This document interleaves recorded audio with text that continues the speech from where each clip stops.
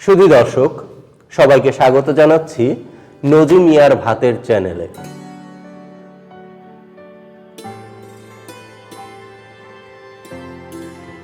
নজু মিয়ার ভাতের চ্যানেলে শুধু ভাত না, আর অনেক কিছু রান্না হয়। তো আজকে আমার সঙ্গে রান্না করবেন হাসিব। আচ্ছা, হাসিব সম্পর্কে একটা মজার কথা বলি। হাসিবকে আমি সবসময় দেখি, মানে যতবার দেখি হাসিব হাঁটে, তার দুই পাশে দুইটা মেয়ে থাকে, সুন্দরী মেয়ে থাকে। মানে কখনোই আমি এর বাইরে শুধু একা হাসিবকে আমি এর আগ পর্যন্ত দেখিনি, আজকে প্রথম দেখলাম। ও বাধ্য হয়ে আমার পাশে এসে দাঁড়িয়েছে। যাই হোক, হাসিব ঈর্ষা।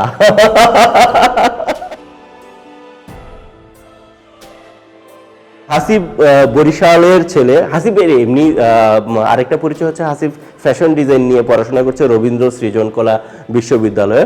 তো ফ্যাশন সচেতন, দেখলেই বোঝা যাচ্ছে, আমার মতো খ্যাত না। তো প্লিজ দাদা, আপনিও অনেক ফ্যাশন সচেতন। কার সাথে কি বলি, এনিওয়ে, তো যেটা বলছিলাম, আর হাসিবের অনেক গুণ। হাসিব ফ্যাশন সচেতন, ফ্যাশন ডিজাইন ভালো করে। হাসিব খুব ভালো আঁকে, হাসিবের আঁকা আমি দেখেছি, খুব ভালো আঁকে। হাসিব খুব ভালো রান্না করে। আমি ওর রান্না করা খাবার নিজে খেয়েছি, খুবই স্বাদের, এবং ওর খাবার যারাই খেয়েছে আমার বন্ধুরা সবাই খুবই মুগ্ধ।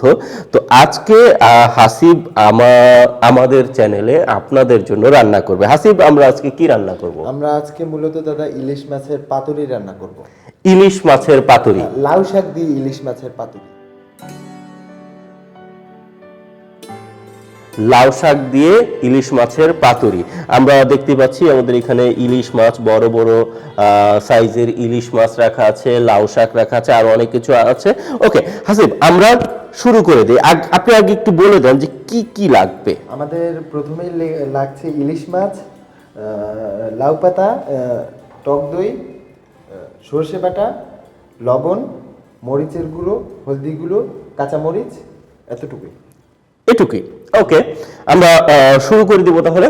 ওকে ওকে দাদা, তো প্রথমে আমরা লাউ পাতাগুলোকে একটু গরম পানিতে ভেজাবো। আচ্ছা, আমরা এখানে ভেজালে হবে কি, লাউ পাতাটা একটু নরম হবে, যেহেতু আমাদের এটার ভিতরে ইলিশ মাছটাকে মেরিনেট করে রাখতে হবে বা ফোল্ড করতে হবে, এজন্য এটাকে একটু নরম করতে হবে।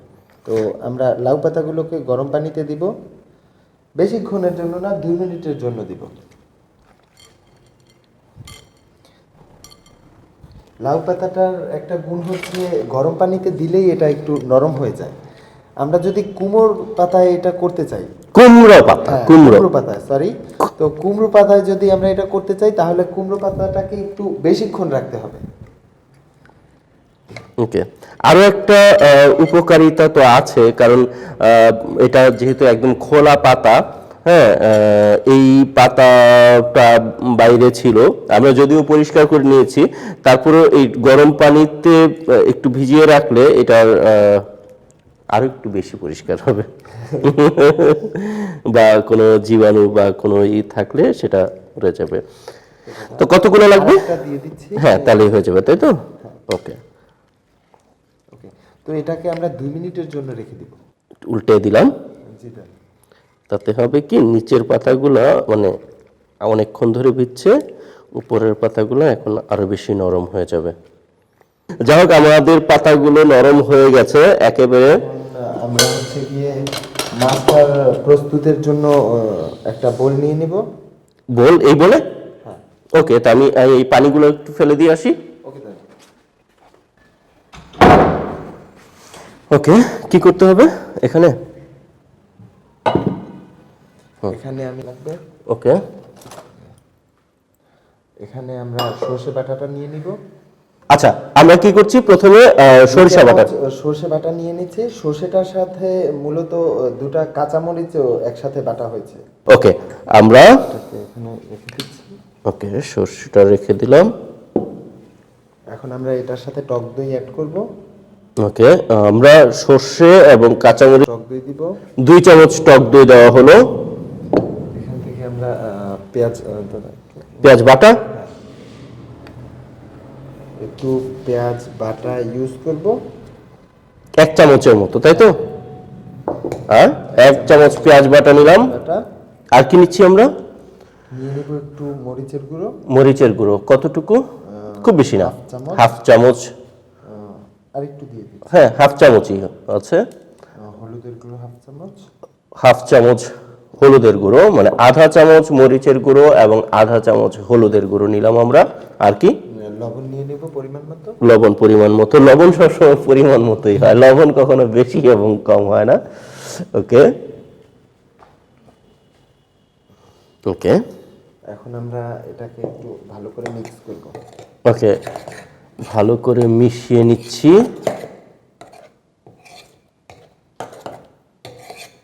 একটু সরিষার তেল এড করতে হবে এই পর্যায়ে। আচ্ছা, এর সঙ্গে আমরা একটু ভালো করে মেশানোর পরে আমরা একটু সরিষার তেল দিয়েছি। কতটুক? একটু, বেশি না। হ্যাঁ, হয়েছে। ওকে, আমরা সামান্য পরিমাণ সরিষার তেল দিয়ে দিয়েছি। আবার ভালো করে মিক্স করে নিব। তারপর আবার ভালো করে মিক্স করছি। এই পর্যায়ে এটাকে সাইড করে রেখে আমরা এখন ইলিশ মাছের কাছে চলে আসবো। হ্যাঁ, এবারে আমরা এখান থেকে ইলিশ মাছটা নিয়ে নিব।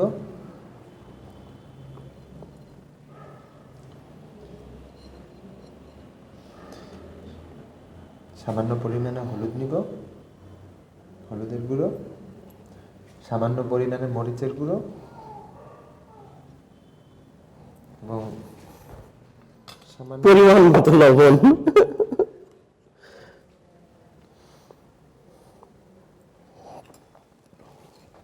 এটাকে ভালো করে মিশিয়ে নিতে হবে। আচ্ছা, তাহলে আমরা যেটা করছি, ইলিশের টুকরোগুলো আমরা এখানে বড় বড় টুকরা নিয়েছি 3টা। ইলিশের টুকরোগুলোর সাথে ভালো করে সামান্য পরিমাণ লবণ, সামান্য পরিমাণ হলুদ গুঁড়া এবং সামান্য পরিমাণ মরিচের গুঁড়ো ভালো করে মাখিয়ে নিলাম। আচ্ছা, এটা আপনি দেখেন লবণ ঠিক আছে কিনা। হ্যাঁ, তো এখানে আমি তো এখন আমরা কি এটা এই ইলিশ মাছগুলোকে এটার ভিতরে অ্যাড করে দেব। ওকে, তার মানে এটা এখন এটাতে ভালো করে মিশিয়ে ম্যারিনেট করে নিতে হবে, তাই তো? ভালো করে মাখিয়ে নিয়েছি, ম্যারিনেট করতে দিয়েছি। এখন আমাদের 10 মিনিট সময় লাগবে। তো এই 10 মিনিট আমরা কি করব? আচ্ছা, হাসিবের সঙ্গে আমরা গল্প করি। আচ্ছা হাসিব, আমরা জানি যে আমাদের এই পুরুষতান্ত্রিক সমাজ ব্যবস্থায় সাধারণত ছেলেরা রান্না করতে পছন্দ করে না বা তাদের গ্লানি হয়। রান্নাটা মেয়েদের ঘাড়েই সবসময় চাপিয়ে দেওয়া হয়। ঘরের বউরা এবং মেয়েরাই রান্না করবে এবং মায়ের হাতের রান্নাই হচ্ছে সবচেয়ে একমাত্র। ছেলেরা রান্নাঘরে ঢুকতে চায় না। তো এই যে আপনি রান্না করতে পছন্দ করেন এবং রান্না করতে ভালোবাসেন, কেন? এটার মূল কারণ হচ্ছে আমি আমার মায়ের হাতের খাবার খেয়ে অভ্যস্ত ছিলাম। তো একটা টাইমের পরে হচ্ছে আমাকে ঢাকায় চলে আসতে হয়। তো তখন ওই খাবারটাকে আমি মিস করতেছিলাম। তো বরিশালে গেলাম, মায়ের হাতের রান্না শিখলাম যে মা কীভাবে রান্না করে, কারণ ঢাকায় তো ওইরকম ফ্লেভারের খাবার পাওয়া যায় না। তো ওখান থেকেই মূলত রান্না শেখা, তারপরে বন্ধু বান্ধবদেরকে খাওয়ানো। আচ্ছা, আমার রান্না করতে কি আপনার ভালো লাগে? হ্যাঁ। বিয়ের পরে কে রান্না করবে, আপনি না আপনার ওয়াইফ? এটা ডিপেন্ড করবে, তার সময় হলে সে রান্না করবে, আমার সময় হলে আমি রান্না করব। অর্থাৎ দুজনে মিলে? হ্যাঁ, দুজনে মিলে। ওয়াও, খুবই ভালো লাগলো। আর দুজনেরই সময় না হলে বুয়া রান্না করবে আর নয়তো বাইরে। ওকে, খুবই ভালো লাগলো আসিফ। আচ্ছা, আমাদের মনে হয় হ্যাঁ 10 হয়ে গেছে। তো আমরা পরের স্টেপে চলে যাব। হ্যাঁ, এটা কিন্তু সরাই ফেলবো। ওকে, এখন কি করতে হবে আমাদের? এখন আমরা লাউ পাতাগুলোকে সাজাবো। আচ্ছা, সাধের লাউ বানাইলো মোরে পাতুরি। হাসিব, আপনি এত কিছু পারেন, গান পারেন না? না দাদা। কেন? কারণ আমি একবার ট্রাই করছি। আমার বাসার এক ফ্রেন্ড আমাকে অ্যাডভাইস করছে যে তোমার গানের গলা খুবই ভালো। তো আমি জোশ নিয়ে গানটাকে প্র্যাকটিস করা শুরু করলাম। পরবর্তীতে ভার্সিটিতে আসার পরে বন্ধুরা বলতে শুরু করলো যে কুকুর নাকি রাস্তায় দাঁড় হয়ে যায়।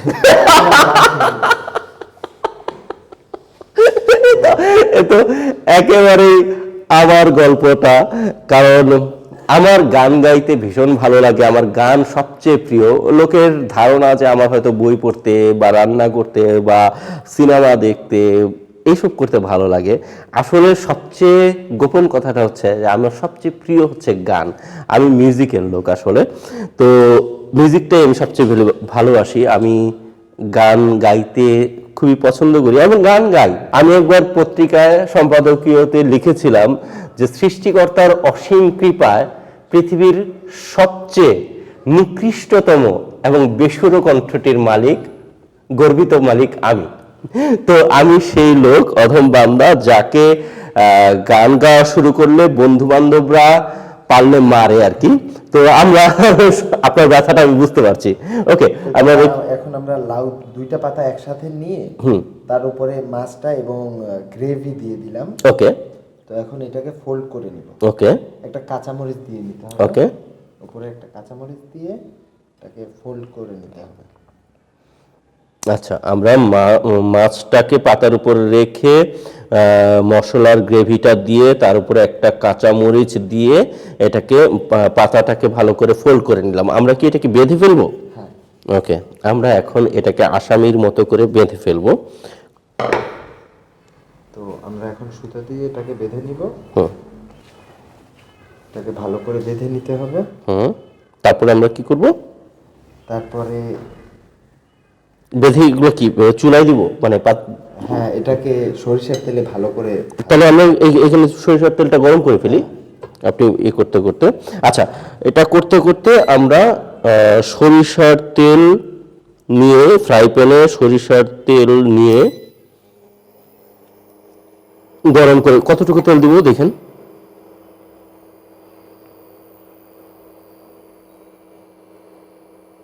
বলেন। ওকে, আচ্ছা, তার মানে যথেষ্ট পরিমাণ, মানে বেশ ভালো পরিমাণ তেল নিতে হচ্ছে। ওকে, আমরা সামনে যদিও অনেকগুলো মাছের টুকরো, এইগুলো লোভ দেখানোর জন্য আসলে আমরা 3টা করছি। আমরা ও সবচেয়ে ছোট টুকরা একটা খাবে আর বাকি 2টা আমি একলাই খেয়ে নিব। আমি একটু খাদক, ও খায় না। সমস্যা নেই দাদা, আপনি তো জানেন বরিশালে কত ইলিশ মাছ পাওয়া যায়।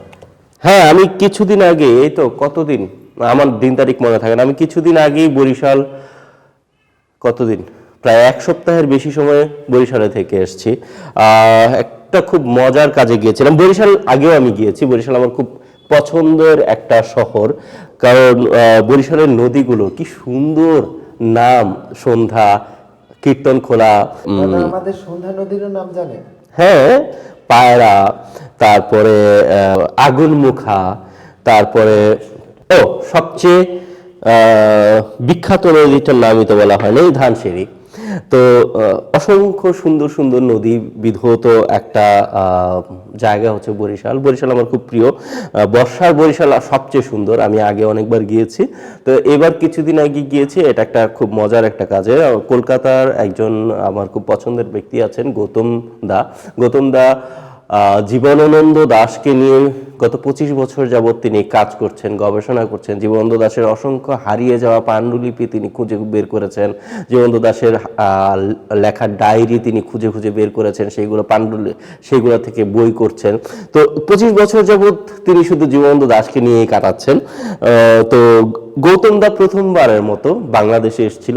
এর আগে একবার এসেছিল খুবই অল্প সময়ের জন্য, এবার একটু বড় সময়ের জন্য বরিশালে জীবনানন্দ দাশের বাড়িতে যাওয়ার জন্য এসেছিলেন। এবং তিনি যখন আমাকে বললেন তার সঙ্গী হতে, আমি খুবই আনন্দ পেলাম এবং আমি আমার সব কাজকর্ম ফেলে আমি তার সঙ্গে ছুটে গেলাম। আচ্ছা, বাকি গল্পটা পরে বলছি। হ্যাঁ, এটা শেষ। ওকে, এটা আমরা সরাই আনলাম। এখন আমরা কি করব? আমরা ওকে, একটু ফ্রেমটা লো করতে হবে, আরেকটু, হ্যাঁ, একদম লো। তেলটা কি গরম হয়ে আনবে না? হালকা গরম আছে। আরেকটু গরম হোক। হ্যাঁ, ওকে, এটাতেই থাকবে।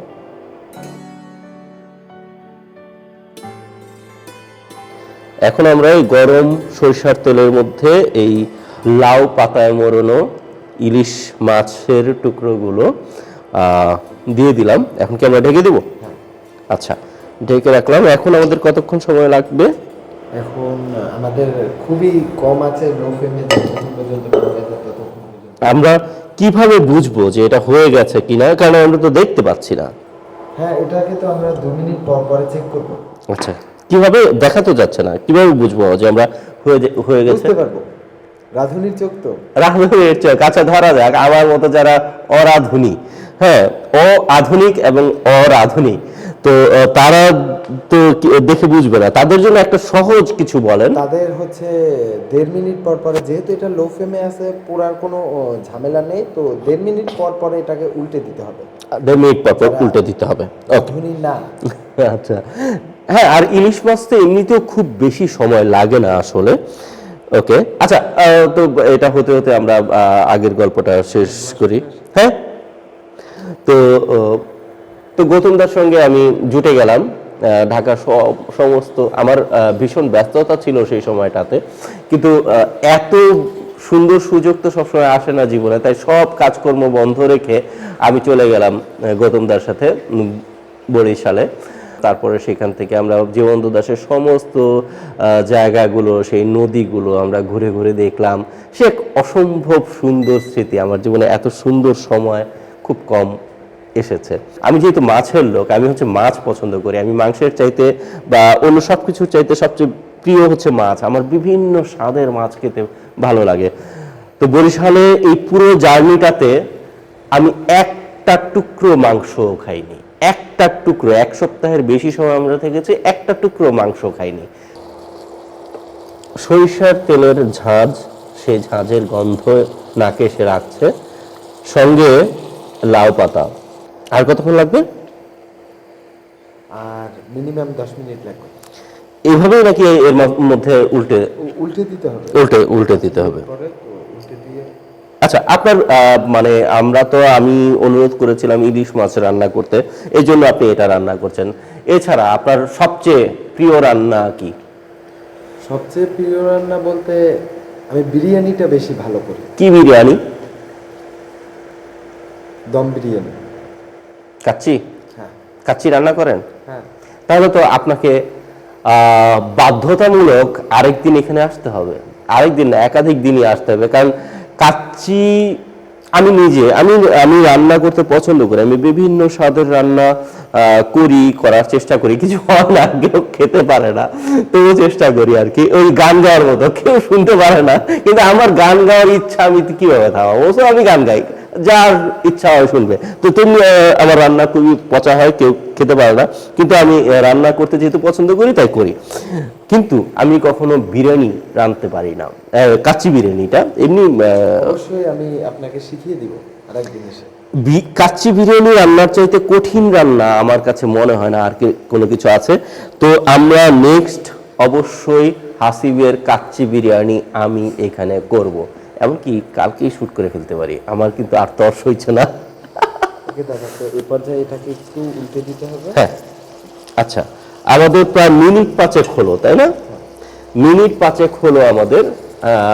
মিনিট 5 পরে একটা পাশ বোধহয় হয়ে গেছে। আমি আপনাকে একটু হেল্প করি, দাঁড়ান, আপনি ধরেন, আমি হ্যাঁ, এই যে মিনিট 5 পরে আমরা মাছগুলোকে উল্টে দিচ্ছি। আমরা কিন্তু একদম অল্প আঁচে রান্না করছি, একদম অল্প আঁচে এটা রান্না হবে। আর হয়তো মিনিট 5 পরে খাওয়ার জন্য রেডি হয়ে যাবে। ঢেকে দেবো আমরা এখন। আচ্ছা, এবার হাসিবের কাছ থেকে আরো গল্প শুনি, যেহেতু হাসিবকে আমরা পেয়েছি। হাসিব, আপনার আমরা জানি যে আপনি ফ্যাশন ডিজাইন নিয়ে পড়াশোনা করছেন। ফ্যাশন ডিজাইনের প্রতি আপনার আগ্রহটা কেন হলো? ফ্যাশন ডিজাইন মূলত আগ্রহ হয়েছে, এটা হচ্ছে আমার জার্নিটা হচ্ছে একটু ডিফারেন্ট। কিরকম? ডিফারেন্ট হচ্ছে আমার প্রচুর কেনাকাটা করতে পছন্দ করি। আচ্ছা, এবং আমার ফ্যামিলির সবাই হচ্ছে কি আমার উপরে বলা যায় একটু নির্ভরশীল। ওকে, মানে পছন্দের ক্ষেত্রে, মানে আমার পছন্দের ক্ষেত্রে তারা একটু আমার উপরে নির্ভরশীল। তো ওখান থেকে আমার মনে হতো যে এই ড্রেসটা যদি আরেকটু এটা অ্যাড করা যেত, বা এই জিনিসটা যদি না দিত, তাহলে হয়তো ড্রেসটা আরো ভালো লাগতো। তো ওখান থেকে মূলত ফ্যাশন ডিজাইনের জন্য আগ্রহ, যে আমি হয়তো পারবো। আচ্ছা, সেইখান থেকে আপনার ফ্যাশন ডিজাইন নিয়ে পড়াশোনার আর এই আগ্রহ। ওকে, আচ্ছা, এবার আমরা আবার খাবারেই ফিরি। আমাদের ফ্যাশন নিয়ে আগ্রহ কম, আমাদের খাবারের প্রতি আগ্রহ বেশি। আচ্ছা, আপনার প্রিয় খাবার কি যদি আমি জিজ্ঞেস করি? আমার প্রিয় খাবার বলতে ইলিশ মাছটাই আমার প্রিয়, মায়ের হাতে। আচ্ছা, নিজের হাতের না? না, কারণ আমার মা একটু ডিফারেন্ট ওয়েতে, একটু গ্রামের ইলিশ মাছটা যেটা এটা মানে একটু কমায় দিতে হবে না? না, ঠিক আছে, ওকে, হ্যাঁ। কিরকম? ইলিশ মাছের সাথে সে হচ্ছে আলু গোল গোল চাকা চাকা করে কেটে ওটাকে একদম ডিপ ফ্রাই করে। আচ্ছা। তো তারপরে টমেটো দিয়ে পেঁয়াজ দিয়ে ওটাকে ভাজা ভাজা করে, তো ওটা আমার কাছে ফেভারিট। ইন্টারেস্টিং, হাতের রান্না। ইন্টারেস্টিং। তো এই রান্নাটা আমি খাইনি আগে। আপনি এই রান্নাটা পারেন? হ্যাঁ, এটা পারি, মায়ের মতো অতটা ভালো অতটা না হোক, আমরা চেষ্টা করে দেখতে পারি কিন্তু একদিন। চেষ্টা তো অবশ্যই করতে পারি। ওকে, আমার কিন্তু লোভ লাগছে। আমার তো মনে হচ্ছে যে এই নজরুলিয়ার ভাতের চ্যানেলের পরবর্তী সবগুলো পর্বেই হাসিবকে নিয়ে আসতে হবে। যাই হোক, আমরা অবশ্যই আনতে চাবো। আমার মনে হয় হাসিব আমাকে মারবে না। এ পর্যায়ে এটাকে আবার একটু উল্টে দিব। তো আবারও একটা উল্টে দেওয়ার তাগিদ এসছে। অনেকটা হয়ে গেছে আমাদের।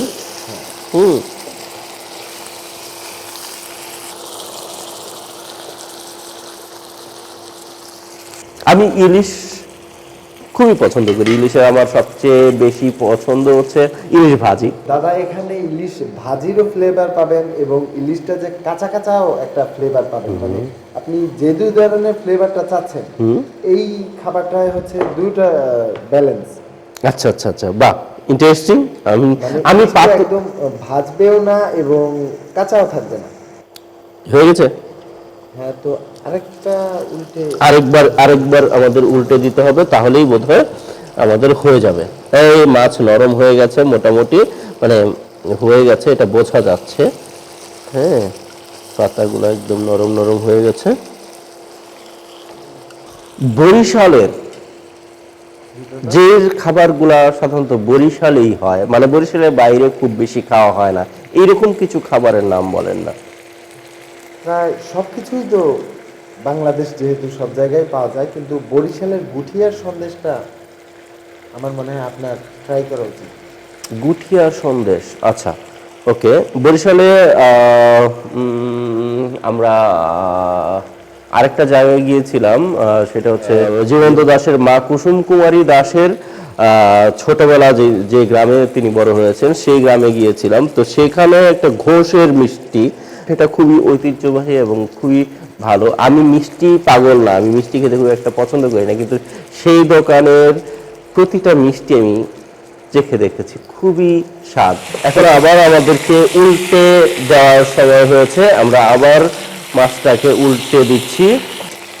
এই নিয়ে আমরা কিন্তু মোট প্রায় 4বার উল্টে দিলাম, মানে একটু পর পর এটা উল্টে উল্টে দিতে হয় যাতে একটা পাশ বেশি না হয়ে যায় এরকম। আচ্ছা, বরিশালের কিছু স্পেশাল খাবার আছে যেগুলো আসলে অন্য কোথাও খাওয়া হয় না। যেমন শরবত আছে, একটা স্পেশাল শরবত হয়, মুলাদি বলে ওকে। কি? মলিদা, মলিদা, সরি, মুলাদি বলছি আমি। আচ্ছা, বরিশালে একটা স্পেশাল শরবত হয়, খুবই টেস্টি, সেটাকে বলে মলিদা।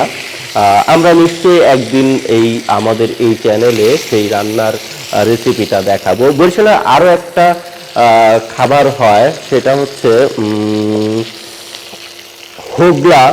হোগলার যে ফুল, সেই ফুলের যে রেণুটা হলুদ রঙের একটা গুঁড়া গুঁড়া হয়, সেই রেণু দিয়ে একটা পায়েস তৈরি করা হয়। দাদা, ওটাও খেয়েছেন?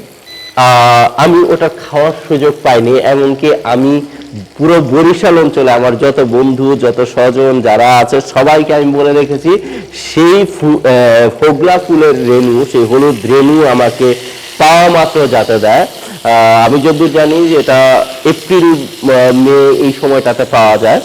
তো যদিও শহরে পাওয়া যায় না, দোকানে কিনতে পাওয়া যায় না, এটা দোকানে কিনতে পাওয়া যায় না, এটা লোকাল এরিয়াতেই পাওয়া যায়। হ্যাঁ, এটা শুধু লোকাল এরিয়াতে পাওয়া যায়। আমি বলে রেখেছি, আমি আশা করছি আগামী এপ্রিল মে এই সময়টাতে আমি সেই হোগলা ফুলের হলুদ রেণুটা, আমি ছবি দেখেছি খাবারটা এত সুন্দর, মানে পায়েসটা হলুদ রঙের। দাদা তো এটার নাম জানেন, অনেকে এটার নামও জানে না। হ্যাঁ, এটা খুবই অপ্রচলিত। এটা খুবই টেস্টি। হ্যাঁ, তো আমি এখনো সেই স্বাদ গ্রহণের সুযোগ পাইনি, অপেক্ষায় আছি। আগামী এপ্রিল মে মাসে আমি এটা অবশ্যই খাবো, দরকার হলে বরিশালে গিয়ে আমি হেঁটে হেঁটে খুঁজবো। তো আমি যদি মিষ্টির লোক না, কিন্তু তারপরেও সেই পায়েসটার রংটা দেখে, ছবিটা দেখে আমার এত ভালো লেগেছে, মনে হচ্ছে এটা আমার খেতে হবে। দাদা, তো এই পর্যায়ে আমরা গ্যাসটাকে অফ করে দিব। ওকে, আমরা তাহলে এই পর্যায়ে মানে আমাদের রান্নাটা হয়ে গেছে, এখন আমরা কি করব? এটাকে এখন আমরা সার্ভিং বলে উঠিয়ে নেব। ওফ, আমার কিন্তু তর সইছে না আর। আচ্ছা, আমরা এটা এখন উঠিয়ে নিব। আমরা একটা ও আচ্ছা আচ্ছা আচ্ছা আচ্ছা, আমরা এখন এটা পরিবেশন করব।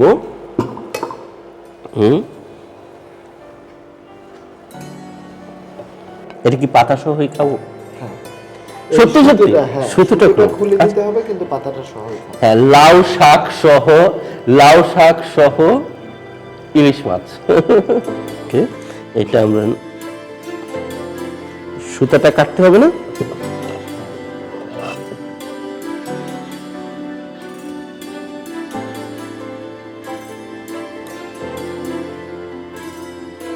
আমরা এবার একটার অবগুণ্ঠনও খুলি। আমরা কি এটা কি মাছ সহ এইভাবে ধরে খেয়ে ফেলবো, নাকি পাতাটা খুলে নেব? খুলে খুলে খেতে হবে। খুলে খুলে, বাজিবন্ধ খুলে খুলে যায়। গরম।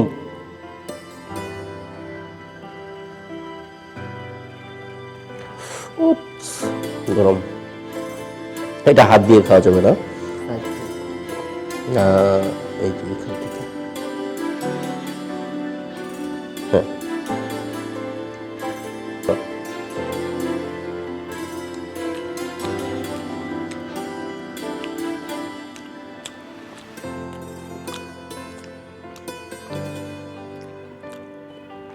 হাসিব, আমি ভাবছিলাম যে একটা তোকে দেবো হবে, কিন্তু মনে হচ্ছে তোর ভাগে জুটবে না।